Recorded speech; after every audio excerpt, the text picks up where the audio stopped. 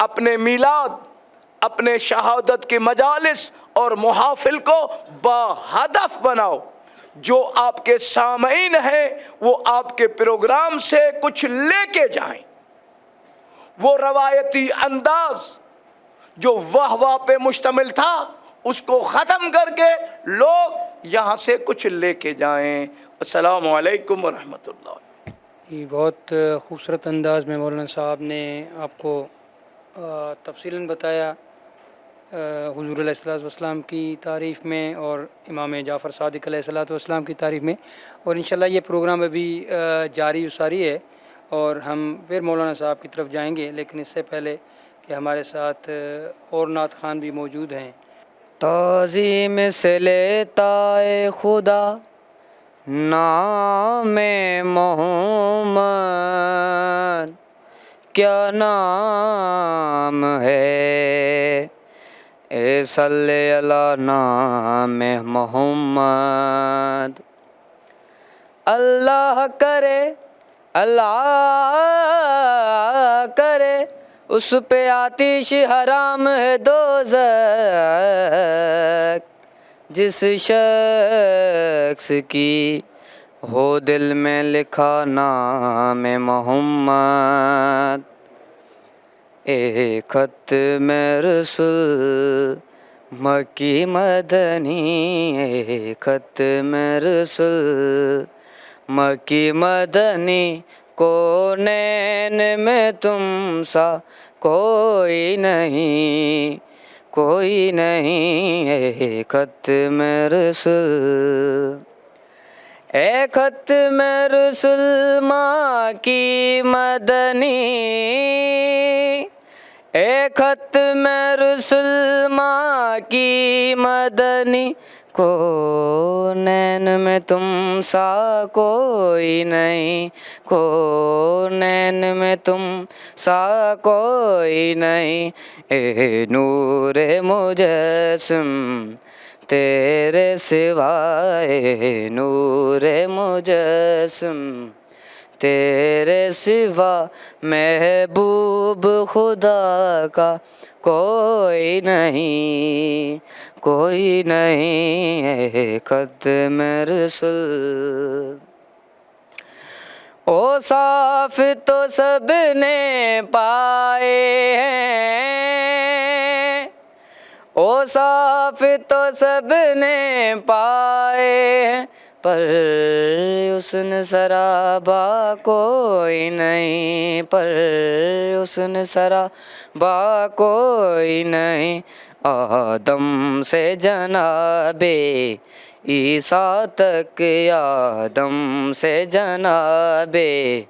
عیسیٰ تک، سرکار کے جیسا کوئی نہیں،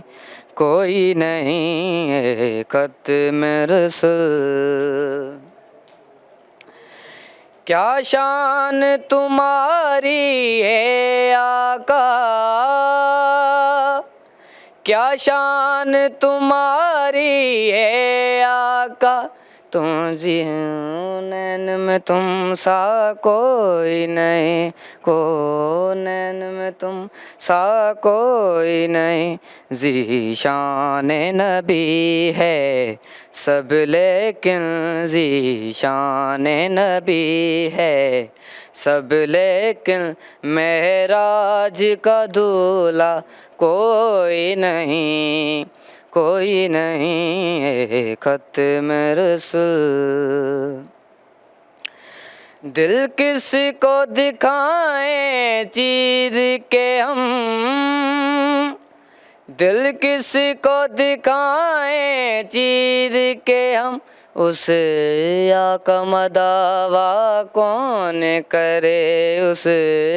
آقا مداوا کون کرے. اے رحمت عالم